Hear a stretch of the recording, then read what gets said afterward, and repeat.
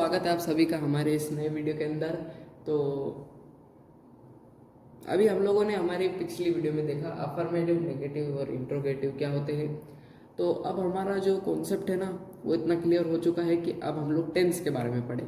English के अंदर tense के टोटल 12 प्रकार होते हैं। प्रेजेंट इंडेफिनाइट टेंस होता है, पास्ट इंडेफिनाइट टेंस होता है, फ्यूचर इंडेफिनाइट टेंस होता है और इस तरीके के चार चार फॉर्म के अंदर तीन तीन टेंस होते हैं। तो सबसे पहला टेंस हम लोग पढ़ेंगे।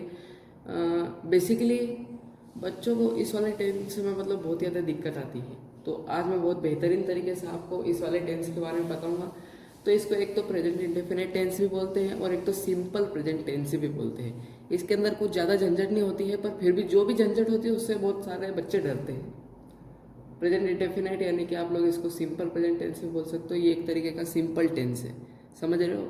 तो अब इसके बारे में हम लोग जानेंगे। सबसे पहले परिचय समझ लेते हैं कि ये होता क्या है, फिर इसके बाद में हम लोग आगे चर्चा करेंगे। तो इसमें वर्तमान के सामान्य कार्यों की जानकारी होती है, यानी कि अभी जो प्रेजेंट में हो रहा है, यानी कि समझ सकते हो ना, प्रेजेंट यानी कि अभी जो हो रहा है, तो इसमें वर्तमान के सामान्य कार्यों की जानकारी होती है। मतलब इसी से ये दो परिचय मैंने दिए, इससे आप लोग इसको थोड़ा वो समझ सकते हो, बाकी काम आगे समझेंगे। इसमें वर्तमान के सामान्य कार्यों की जानकारी होती है, इतना आपका बेसिक क्लियर है। दूसरा क्या है, इसमें कार्य करने का समय निश्चित नहीं रहता, यानी कि इसके अंदर समय निश्चित नहीं रहता कि जो भी हमारा ऑब्जेक्ट है वो कभी भी कार्य कर सकता है। तो अभी मैंने पहला पॉइंट तो आपको समझ में आ गया होगा, दूसरा भी मेरे हिसाब से आप लोगों को आ ही गया होगा, लेकिन ये इसका बेसिक मैं आप लोगों को थोड़ा और क्लियर करूँगा। लेकिन आइए चलते हैं नेक्स्ट पेज पर। तो अब हम लोग इसके बारे में जानते हैं कि इसकी पहचान कैसी होती है। तो आइए नेक्स्ट पेज पर चलते हैं। तो नेक्स्ट पेज पर हम लोग आ चुके हैं।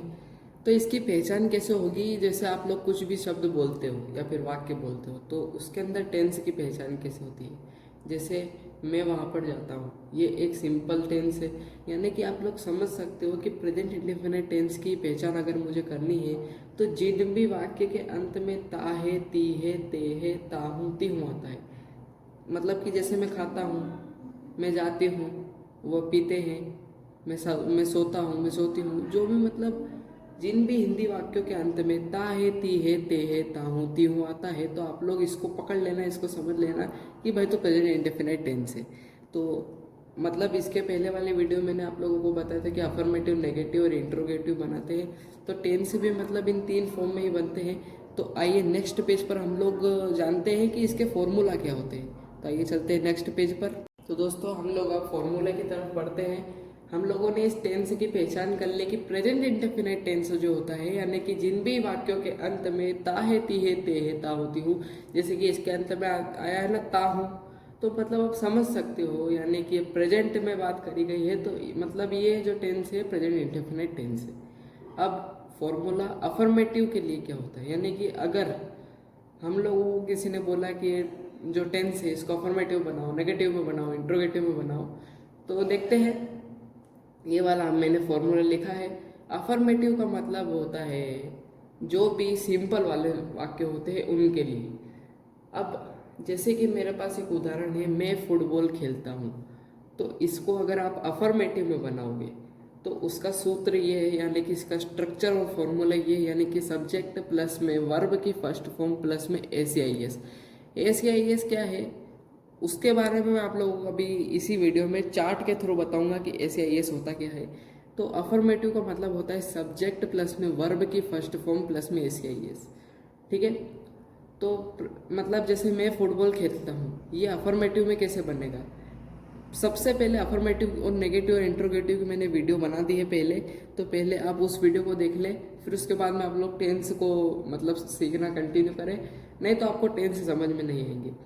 तो जैसे मैं फुटबॉल खेलता हूँ तो आई प्ले फुटबॉल, सब्जेक्ट इसमें ये मैं यानी कि फुटबॉल है, वर्ब की फर्स्ट फॉर्म, वर्ब लास्ट में होती है, बहुत अच्छे से मैंने आप लोगों को मेरी प्रीवियस वीडियोस में बताया हुआ है। खेलता हूँ यानी कि वर्ब की फर्स्ट फॉर्म यानी कि प्ले, और फुटबॉल, तो यहाँ पर हमारा ऑब्जेक्ट फुटबॉल हो गया। अब फॉर्मूला नंबर हम लोगों ने 1 सीख लिया, एक मिनट जरा, ये फॉर्मूला नंबर हमारा 1 है अफर्मेटिव, चलो रहने देते हैं।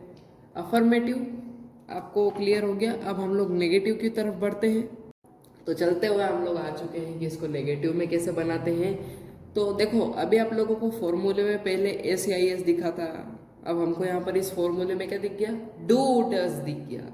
तो आप लोग बोलोगे कि डू डस क्या है, एस आई एस क्या है, सब प्रीवियस वीडियो में बताया गया है। लेकिन हर एक टेंस के लिए मतलब कि सब्जेक्ट होते हैं, I we they he she name it, ठीक है। सिंगुलर प्लूरल होते हैं तो डू कहाँ पर लगता है, डस कहाँ पर लगता है, एस कहाँ पर लगता है, यस कहाँ पर लगता है, तो वो मैं आप लोगों को बताऊंगा।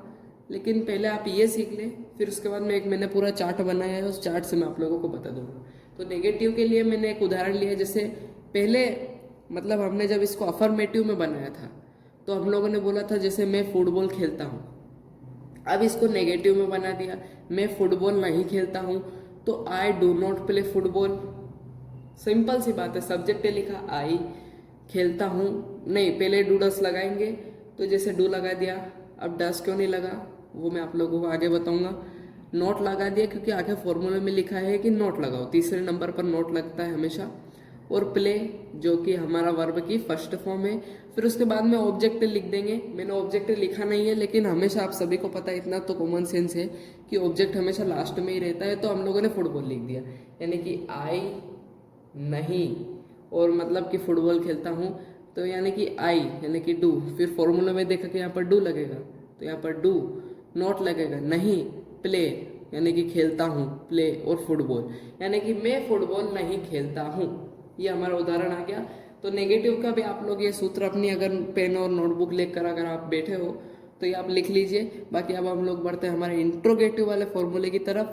तो यहाँ पर यह है नेगेटिव वाला फॉर्मूला, हमने सीखा था पहले। नेगेटिव वाला नहीं है ये है इंट्रोगेटिव वाला। कुछ भी नहीं करना है। नेगेटिव में हम लोगों ने क्या करा था, बस नेगेटिव नहीं बनाना है। ये जो हमारा डूडस है ये आगे लगेगा, क्योंकि इंट्रोगेटिव का मतलब होता है प्रश्नवाचक, यानी कि क्या मैं फुटबॉल खेलता हूँ। आप अगर खुद से प्रश्न पूछ रहे हो तो उसमें क्या होता है कि सब्जेक्ट उधर की तरफ चले जाता है, इधर की तरफ, और बाकी जो हमारी हेल्पिंग वर्ब होती है वो इधर की तरफ आ जाती है। बस बेसिक सी बात है। बस नोट नहीं लगेगा, नोट कब लगेगा, नेगेटिव इंट्रोगेटिव में, ठीक है। तो वो तो आप बना ही लोगे, इसके बाद नोट लगेगा, तीसरे नंबर पर नोट लगेगा, तो नेगेटिव इंट्रोगेटिव बन जाएगा। तो उदाहरण में आ जाएगा क्या मैं फुटबॉल नहीं खेलता हूँ, ऐसा। पर बेसिकली आप लोग ये तो समझ गए होंगे कि इंट्रोगेटिव कैसे बनता है। डू डस पहले लग जाता है, सब्जेक्ट बाद में लग जाता है। उदाहरण भी देख लेते हैं, जैसे क्या मैं फुटबॉल खेलता हूँ, तो डू आई प्ले फुटबॉल, बस सब्जेक्ट को इधर कर दिया, डू को इधर कर दिया, ठीक है। बेसिक सी बात है। अब आइए चलते हैं नेक्स्ट पेज पर। तो दोस्तों अगर आप लोग रिमेंबर करोगे तो अफर्मेटिव के अंदर जो हम लोगों ने सूत्र लिखा था उसके अंदर आया था एस वाला झंझट, ठीक है। डू डस भी आया था। तो देखिए सब्जेक्ट से ही सारी चीजें रिलेट करती है।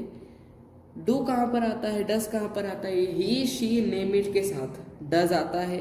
यानी कि अगर आप लोगों को सब्जेक्ट में ही शी नेम इट आता है तो वहाँ पर डज लगेगा और एस लगेगा। एस कहाँ पर लगता है, मतलब कि कौन से वर्ड्स के आखिरी में एस लगते हैं वो भी मैं आप लोगों को समझाऊंगा नेक्स्ट पेज पर।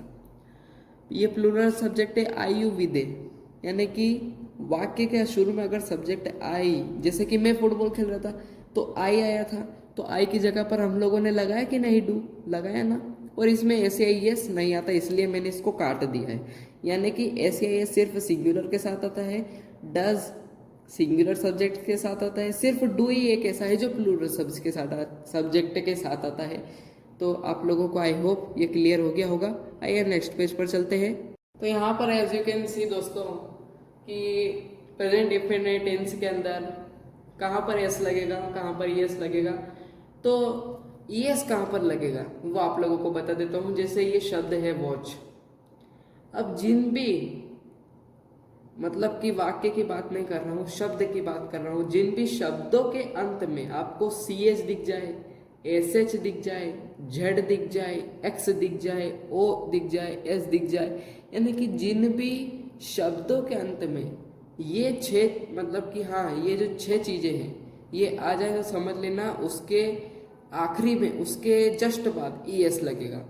और इनके अलावा अगर कोई चीज़ है तो वहाँ पर एस लगेगा। बस इतना सही कॉन्सेप्ट है, ज़्यादा टेंशन मत लीजिए आप। जैसे कि वॉच है तो इसके बाद में क्या है दोस्तों, इसके बाद में है सी और एच। तो यहाँ पर हम लोगों ने इसको प्लूरल में अगर हम लोगों को कन्वर्ट करना हो तो ES लग जाएगा, वॉचेस हो जाएगा। अब यहाँ पर प्ले है, अब यहाँ पर आखिरी पे वाई आ रहा है, हमारे चार्ट में तो कहीं पर भी वाई नहीं है, तो यहाँ पर सिंपल S लग जाएगा। आई होप कि आप लोगों को समझ में आया होगा। और देखिए नीचे एक और वर्ड मैंने लिखा है गेम। यहाँ पर ES तो है लेकिन गेम, GAME गेम वाला। अब इसके हमारे चार्ट में तो कुछ यहाँ पर नहीं दिया कि E है, तो यहाँ पर S आएगा, नॉट ES। तो आप लोगों को मैंने डूडस वाला भी कॉन्सेप्ट क्लियर करा दिया, SAS वाला भी करा दिया। अब होमवर्क के मुझे आप लोगों को सेंटेंस देने हैं, अब मुझे बनाकर कमेंट ज़रूर करना। तो ये रहा आपका दोस्तों होमवर्क। यहाँ पर मैंने आप लोगों को 5 ही सेंटेंस दिए हैं बस बनाने के लिए, ज़्यादा मैंने आपको होमवर्क नहीं दिया है। जैसे तुम स्कूल जाते हो, वह खाना खाती है, तुम साइकिल चलाते हो, ये तीनों अफर्मेटिव में है, इतना मैं आप लोगों को बता दूं। अब मैं क्या बताऊं आपको, आप खुद ही पहचान कर समझ जाओगे कि अफर्मेटिव वाला है, नेगेटिव वाला है या इंट्रोगेटिव वाला है, या फिर आप लोग खुद अपने आप से नेगेटिव इंट्रोगेटिव वाला भी बना सकते हो। और यहाँ पर क्या है, क्या वह पढ़ाई करती है, मैं बाजार नहीं जाता हूँ, फिर से वही मैंने आप लोगों को होमवर्क दिया हुआ है।